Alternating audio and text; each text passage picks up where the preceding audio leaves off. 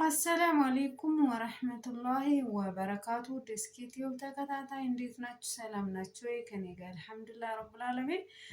ዛሬ በአዲስ ቪዲዮ ብቅ ብያለሁ። ምንድነው ዛሬ አንድ ጥያቄ ተጠይቄ ነው። ሀገራችን በተለይ በጎጃም ምድር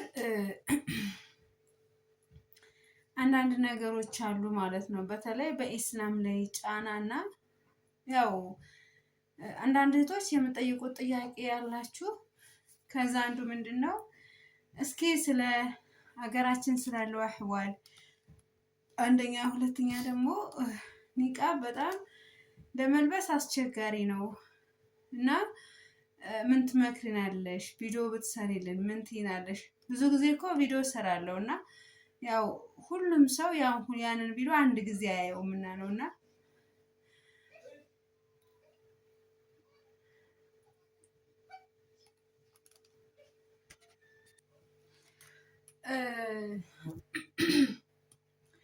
ሁሉም ሰው አንድ ጊዜ አያየውም እንጂ ብዙ ጊዜ ቪዲዮ እሰራለሁ እና በነገራችን ላይ አንድ ነገር ልንገራችሁ።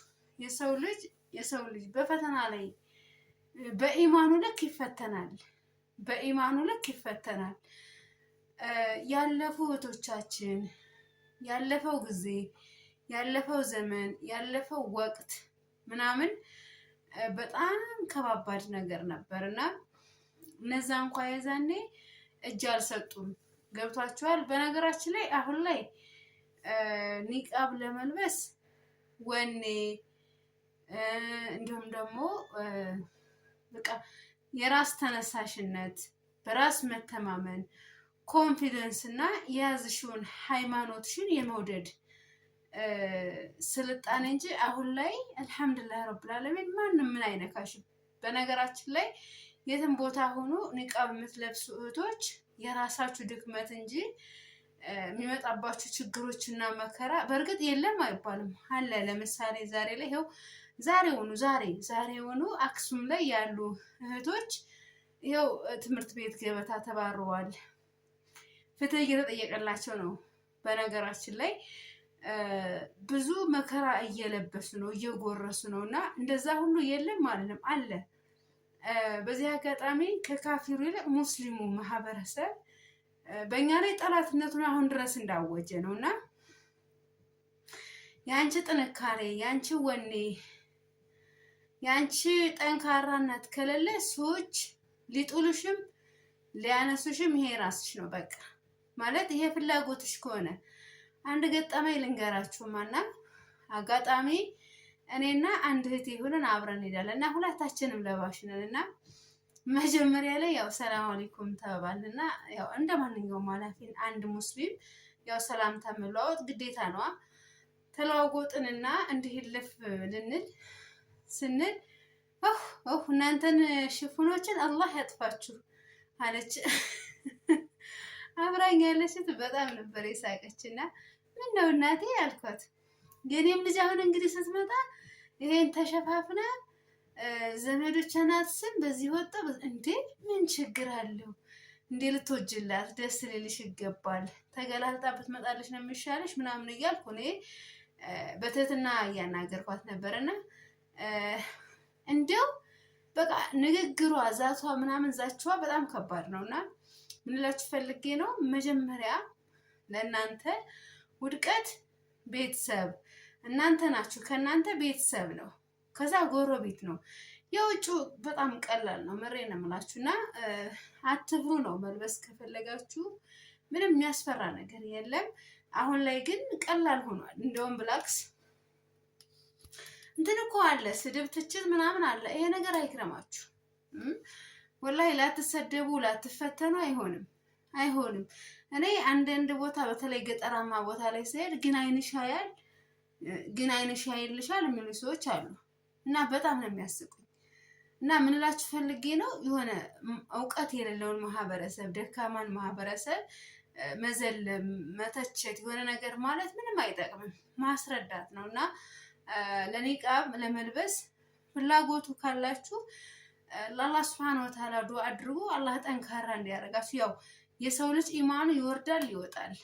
የአንድ ሰው ኢማኑ ከአንድ ሰው ኢማን በምን ይለያያል? አላህን በመፍራቱ ልክ ነው። ለምሳሌ ኢማን ትንሽ ያለውና ከፍተኛ ኢማን ያለው ሰው አንድ አይደለም። ያው አላህም ሱብሃነሁ ወተዓላ ከደካማ ሙሚን ጠንካራ ሙሚን ይመልጣል እንደተባለው ማለት ነውና እናንተ ጎበዝ ስትሆኑ ጠንካራ ስትሆኑ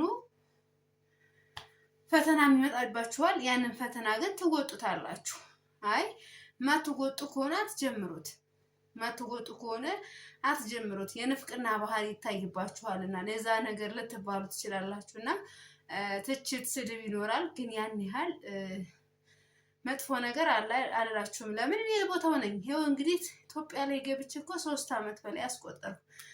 በኒቃቤ የሆነ ችግር ተፈጥሮ አያውቅም። የሆነ ስድብ አለ ብያችኋለሁ። እንደነገርኳችሁ ትችት የሆነ ነገር አለ። አንዳንድ ነገሮች ቦታ ላይ ብዙ ችግሮች አሉ።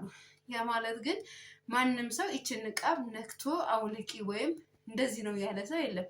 ምናልባት የመንግስት ሰራተኛ ስላልሆንሽ እንደዚህ ስላልሆንሽ ልትሉ ትችላላችሁ። ያ አይደለም። ያ ብቻ አይደለም። የሰው ልጅ ወኔ ነው። የሰው ልጅ ኢማኑ ነው። የሰው ልጅ ውሎውን ይመስላል። የሰው ልጅ ኑሮውንም ቢሆን ጥንካሬውን ይመስላል።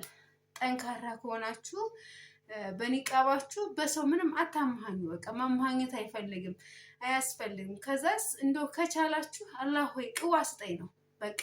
ኒቃብ የምለብስበት፣ ሂጃቤን የምጠብቅበት፣ ከዝሙት የምርቅበት፣ ሰዎችን ከፊትና የማወጣበት ወይም ደግሞ እኔም በሰው ከመፈተን ባንተ እጠበቃለሁ ነው እንጂ ሌላ ምንም ነገር የለም።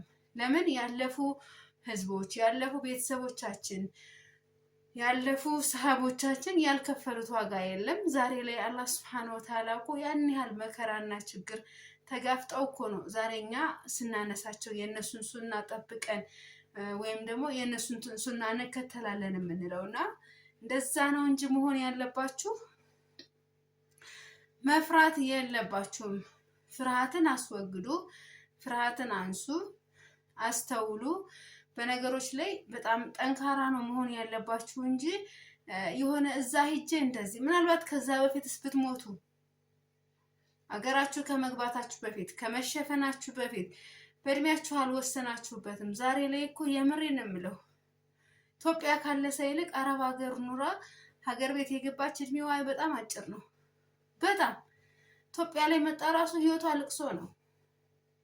ወይ ገንዘቧን ተበልታለች፣ ንብረቷን ተወርሳለች፣ ከቤተሰብ ጋር ሰላም የላትም፣ ቤተሰብ አይፈልጓትም።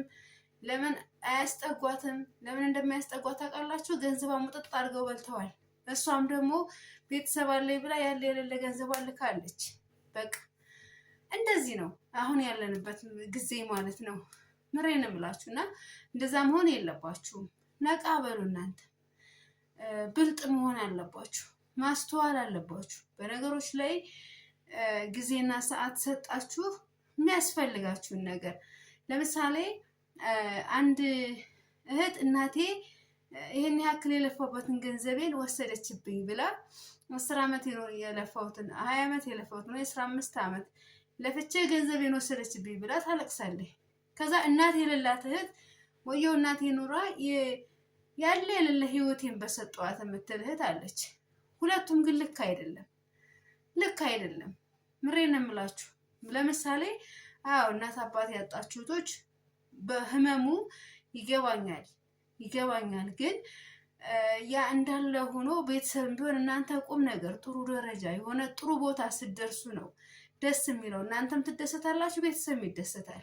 አለበለዚያ ልቅሶ ነው። እንዲሁም ደግሞ ቤተሰቧ እናት አባቷ በህይወት ያሉ ሰዎች እናትና አባቷን የምትረግም እህት አለች። ለምን? ባደረጓት ድርጊት። እናት አባትም እኮ ጥፋት አላቸው።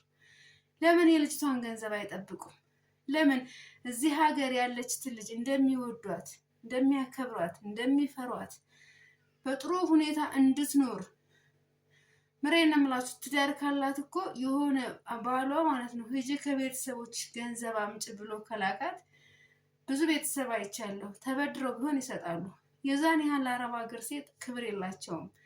ገብቷቸዋል። ይሄን ነገር ታሳቢ ማድረግ አለብን እና ያችን እዚህ ሀገር ያለችትን እንደሚወዷት ሁሉ የአረብ ሀገሯን ሴት እንሟጥሽ ነው፣ እንጋጥሽ፣ እንውሰድብሽ፣ ስጭን፣ ላኪልን፣ ከሌላ ያገባ ነው፣ ከሌ ሞቷል፣ ከሌ ታሟል፣ ከሌ እና ለዚህ እናንተ ብልጥ መሆን አለባችሁ። በዚህ ነገር ብልጥ እንደሆናችሁ ሁሉ በዲናችሁን ብልጥ መሆን አለባችሁ፣ አለዛ ትበላላችሁ። ባረከላሁ ፊኩም ውድ ቤተሰብ፣ ቪዲዮን ላይክ ሼር አድርጉ። እስኪ ደግሞ ሌላ ጥያቄ ተጠየቁታለ፣ በቀጣይ ቪዲዮ እመጣለሁ።